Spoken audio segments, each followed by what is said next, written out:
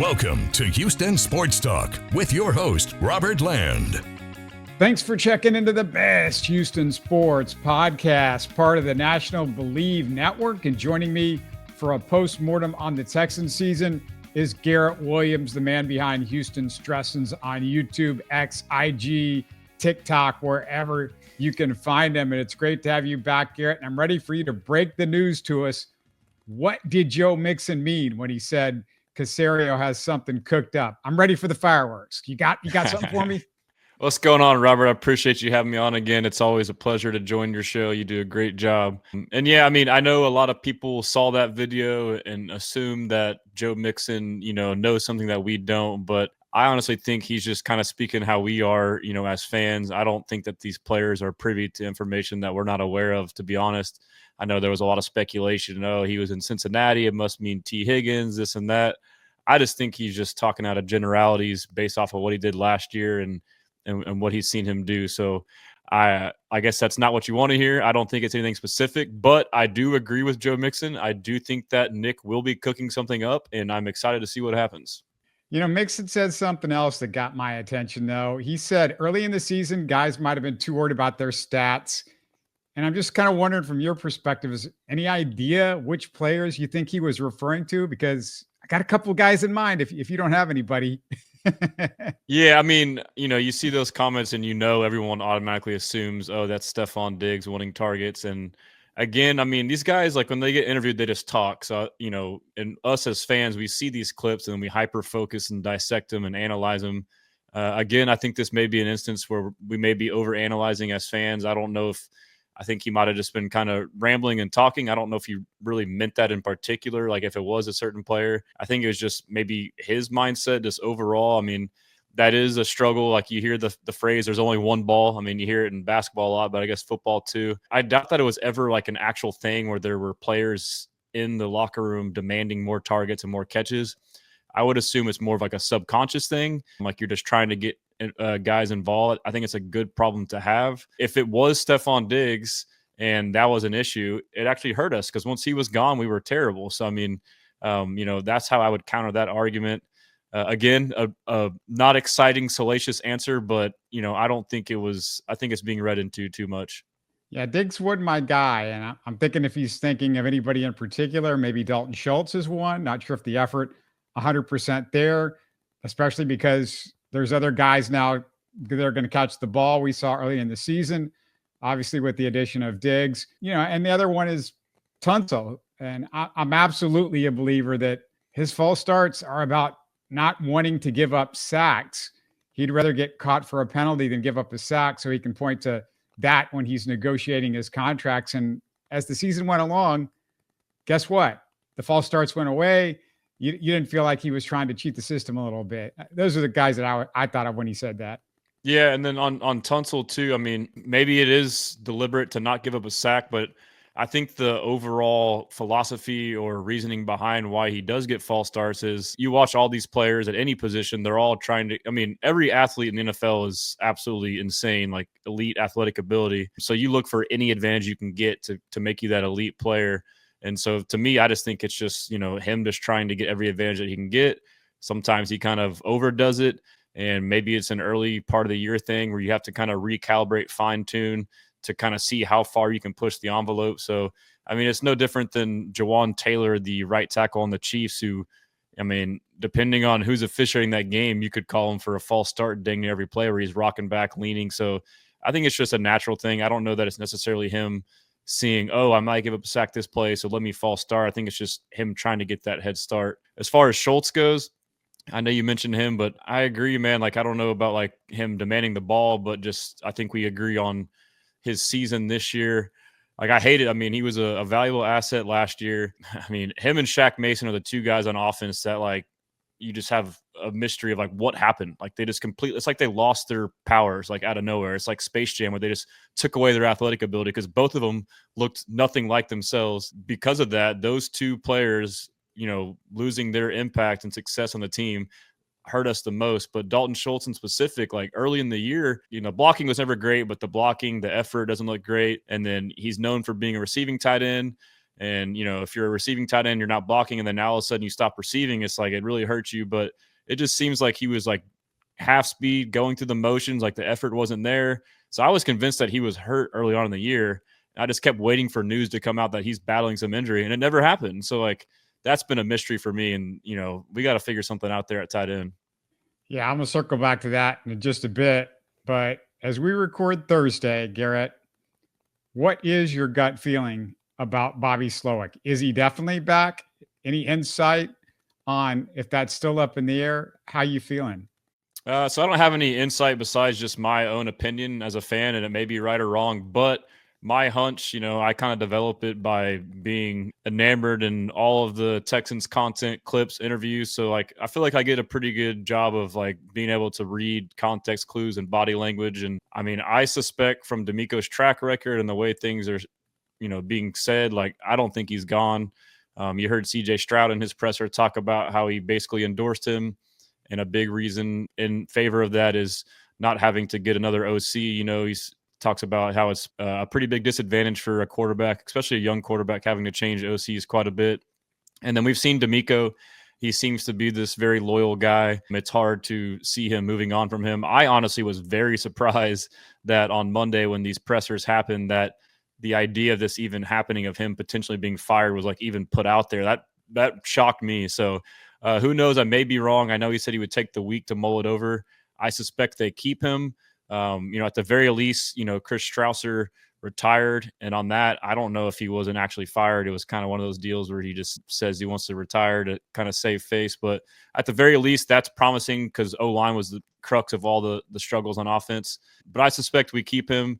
And the one thing, we do with Bobby coming back is you hope that the O-line's better with the new coach. You hope the personnel is better to fit his scheme. And if it isn't, which, his personnel, in my opinion, that was a big reason for our struggles, didn't fit our scheme, is for Bobby to adapt this year, which I felt like as a young coordinator, he had a hard time kind of running different parts of his scheme that aren't his bread and butter to fit our personnel. And he didn't do it until late in the year, specifically for the run game. He's a zone scheme, more of the wide running, and it's more technical and athletic and out in space, as opposed to matching the gap scheme to our personnel, which is lining up and blocking the guy straight in front of you. He did the last 3 weeks, and it was no surprise that was our best performance rushing the ball. So if he can improve personnel, he needs to learn how to adjust.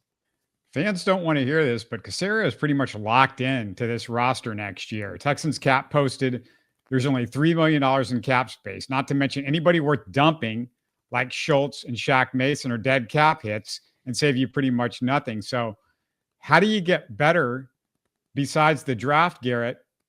Isn't the only path a new offensive coordinator? So I'm kind of stuck in between. Like, I haven't allowed myself to, like, imagine too many different candidates, just because I don't think it's going to happen. So it's kind of like a defense mechanism, I guess. I think there's pros and cons to each side of the decision, keeping Bobby versus a new coordinator. A new coordinator would be nice. Like I mentioned, I feel like the personnel doesn't match the system. And, you watch these other offenses that are, it seems like the way our O-line is, the way our quarterback is, they would thrive much more in a spread out, more up-tempo type of offense. But on the flip side, one could argue, hey, we were that close against the Chiefs in the playoffs to going to the AFC Championship, a few tweaks here and there. To your point with Caserio and the way this roster is constructed, it's pretty much locked in. I haven't dove too much into it, and I'm sure we'll get a lot more insight from Texans Cap, but I'm sure there's some things we can do as far as cutting certain players. Yeah, you'll probably eat some dead cap here and there, and also some restructuring. And then obviously, like you mentioned, the draft will help too. So, I mean, it's kind of a tight window or tight wiggle room to work with, but we'll see what happens. Yeah, it just seems like there's not a whole lot of wiggle room that I can see, because most of the guys that he signed, there's dead cap involved if you get rid of them. I mean, if you want to get rid of a Nico Autry or something, but I don't feel like it's worth it based on what he's making coming up next season. And, as far as Slowik goes, the reason I'm out on him, he's just shown no acumen at in-game or in-season adjustments. If you don't have the ability to course correct as a coach, what are the odds, Garrett, that you suddenly discover that skill? That's a great question. I mean, that's my biggest concern too. You said it, the key word is adjust or adapt. I mean, you look at last year, maybe not just his scheme, but it seemed like a lot of schemes in the Shanahan scheme kind of got figured out. And, everyone talks about a sophomore slump for CJ Stroud. And I said it early on, the sophomore slump is Bobby Slowik. Like, he got adjusted to, it happened in week 1 against Indy. They started running stunts against us. And then again in week 3 against the Vikings, they started running simulated blitzes, pressures, nickel blitzes. And all those 2 or 3 things right there happened throughout the year, and we never had answers for all year. So that was frustrating. Basically coordinators adjusted to you, and then you didn't adjust back. And we saw it in the Chiefs game in the fourth quarter. Spagnuolo just blitzed us. A lot of them were just nickel blitzes. The same nickel blitz that tore us up all year ended our season as well. So I don't know if he can. I guess I've thought about this, and a reason to think that he can is, I suspect that we didn't see a lot of changes in season because he kind of has his approach set in stone going into the year, and it's kind of hard to implement new stuff. You can just only maybe run more of certain types of plays, but it's kind of hard to roll out new variations to the scheme. So I think the time right now up until the season will be critical as far as implementing, adding to your playbook and readjusting back to the defensive coordinators. As you mentioned, they've already made one major change, and I want to get into that in just a second. But before we roll on, just want to remind our listeners about Underdog Fantasy. Underdog has a unique approach to fantasy sports with their simple pick'em format. You can select players you believe will outperform expectations without the problems of traditional daily fantasy. And if you feel like drafting, which many fantasy owners feel is the best part, Underdog offers simple drafts where you select a squad and compete for serious cash. You'll find all the major leagues and college sports on Underdog, plus a user-friendly interface, making it easy and fun to play. Jump in the fun by clicking the link and using the promo code HOU, which are right in the YouTube and podcast description. Look for it there.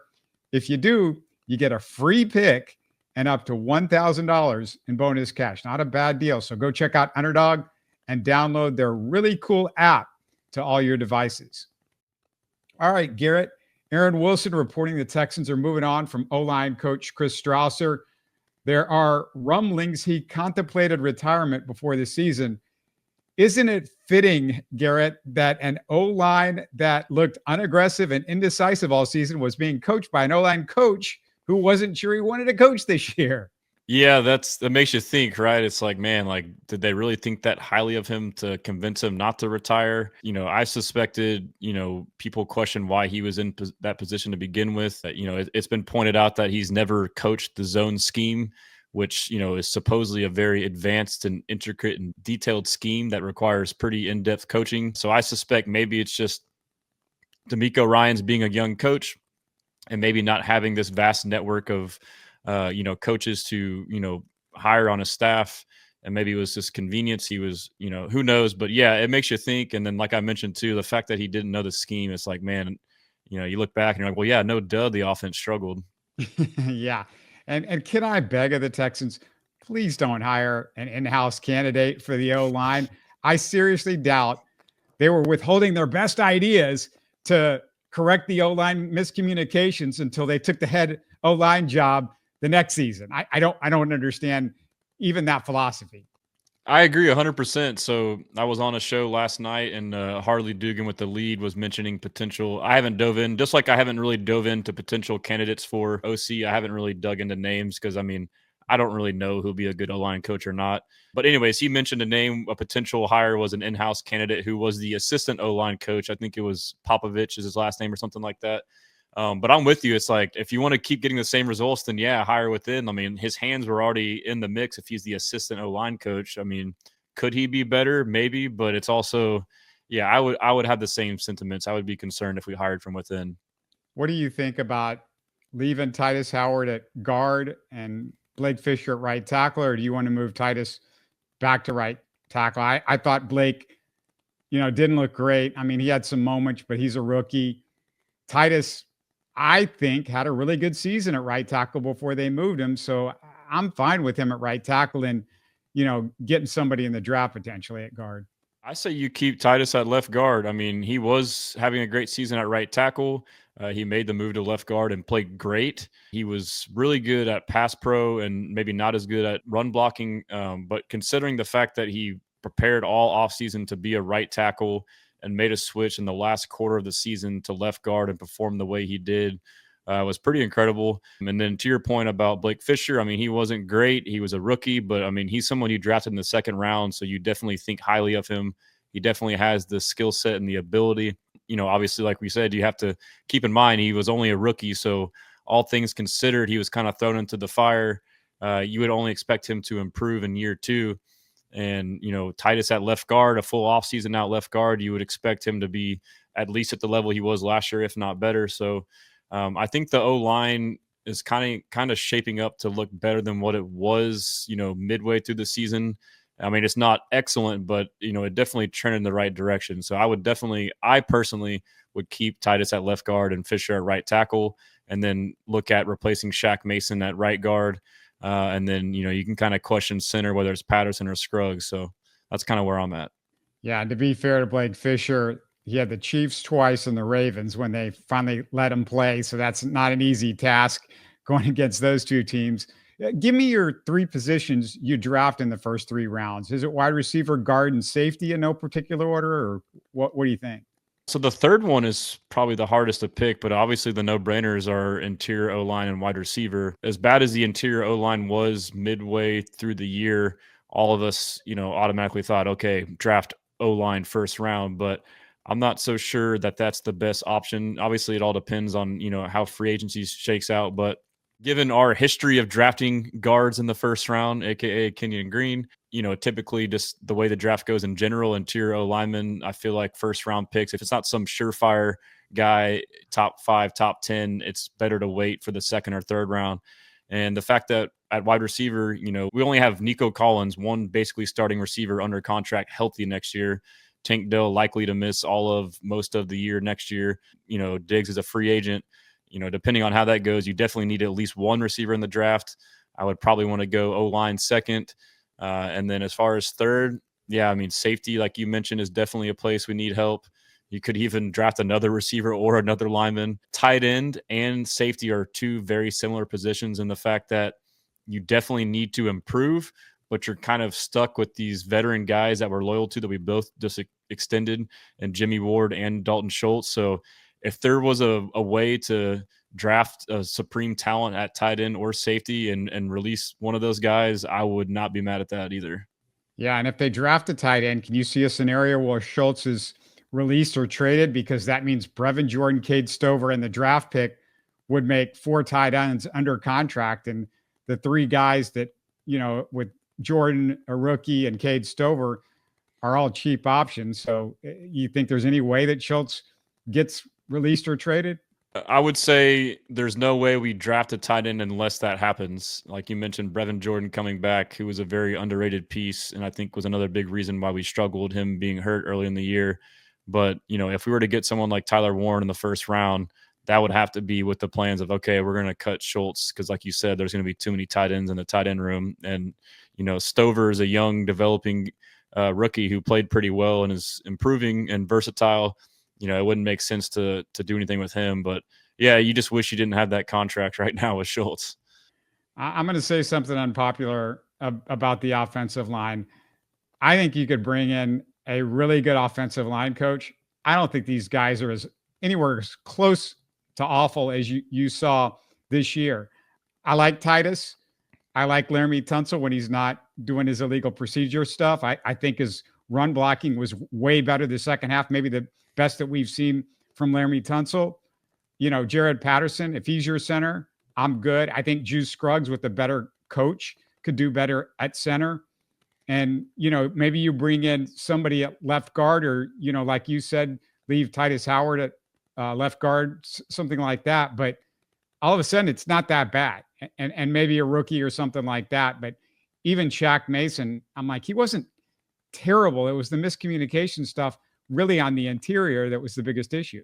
I agree. I mean, everything we saw screamed coaching. I mean, all and the mistakes that they made, not only did you get beat, you got beat in no time. So not only did you allow a pressure, but these were the most damning pressures. It's not like you got beat, it took time, CJ has time to react. It's free blitzers up the middle, the play is dead as soon as it starts. So To me, that screams coaching. It was never a talent issue. It was all mental. These guys have the physical ability to do it.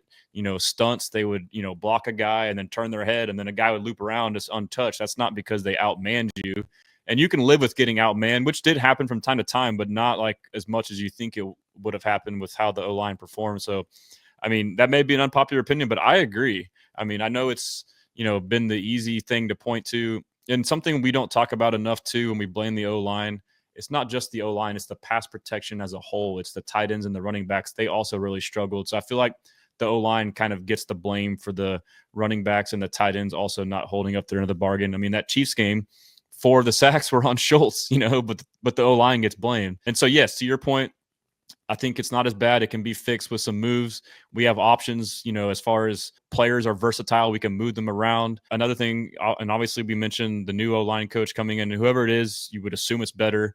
And then the last thing I would like to see is Bobby Slowik to adapt, to adjust his scheme. It seems like, the Shanahan scheme, you hear about how it's QB friendly. It's all made to make the QB's life easier. But the irony is you end up making the quarterback's life harder in this situation because you don't allow them to set protections. And so now you put full faith into the O-line making the correct call for one, and two, you're not really necessarily sure what they're calling or where it's set up. Whereas if you're CJ and you make the call, whether it's right or wrong, at least you know where your potential issues might come from. And you kind of have a better sense of like, okay, I'm to blame here. So, adjusting the rules on the pass scheme, pass pro scheme, allowing CJ to make more calls. And then honestly, just another big overall theme for me, I thought with Slowik is just dumb it down. Everything's way too complicated, like quit trying all these crazy rules, just make it simple, Yeah. Brevin Jordan, you talked about Schultz. He's going to make a big difference too if he's healthy next year, and I assume he'll be ready to go. Is there any one thing that you want to see Stroud make a big improvement on next season? I need to see him take fewer coverage sacks. That would be my one thing. Yeah, so last year I walked away from the divisional game, lost to the Ravens, saying he needs to run more, and he really didn't start doing it until late in the year, and look what happened. It opened the whole playbook. So, we can say that again. It's a no-brainer. I agree on the coverage sacks, or even when he does take the sacks, he gets greedy and like instead of taking a 3 to 5 yard sack, he'll take these 10 to 15 yard sacks that just absolutely kill a drive. But then, something I think he needs to improve upon in addition to those two is his short or screen passes, the passes behind the line of scrimmage. It's a little thing, but he's pretty inaccurate on those, it seems. It makes a big difference. And then kind of in line with that would be just being patient and hitting checkdowns. He seems to go for the home run too much. If the check down is there, take it right away. Now, let me ask the listeners what they think about this Texans offseason and what Garrett had to say, and get in those YouTube comments and support the show by, getting updates by subscribing on YouTube so you get our latest content. Give us a thumbs up and listen in the car or while you're out and about with your favorite podcast app. One last thing, Garrett, what does Houston Stressans have up its sleeve for the Texans offseason? What you got going? Yeah, so I have my website, www.houstonstressans.com. I had released like a media page on my website earlier in the year, but I didn't really have enough time to kind of really promote it. But I kind of have some big ideas and ambitions with that. And it's, a way that would support fans and creators like me and you alike, to where you can kind of have your own page and put your information on there and eventually have your own store and all that good stuff. So I'll be looking to kind of push that here in the coming weeks. And and then same, content, like I know it's the off season, but football is 24/7. So, same old stuff, man, covering the draft and all that good stuff. Yeah. Super Bowl, combine, free agency. It's all coming real quick in the next couple of months. So look forward to it. Always great content. Houston Stressans. Go check them out at Texans Commenter. Garrett Williams, thanks so much for doing this. Thanks, Robert. It's a pleasure talking to you, and look forward to the next one. You're listening to Houston Sports Talk. Hey, don't forget to support us by subscribing and commenting on YouTube. You can always listen to us on Spotify, Apple, or your favorite podcast app. Tell your friends about us and share our show links on social media. Spread the word, everybody. Thanks for listening.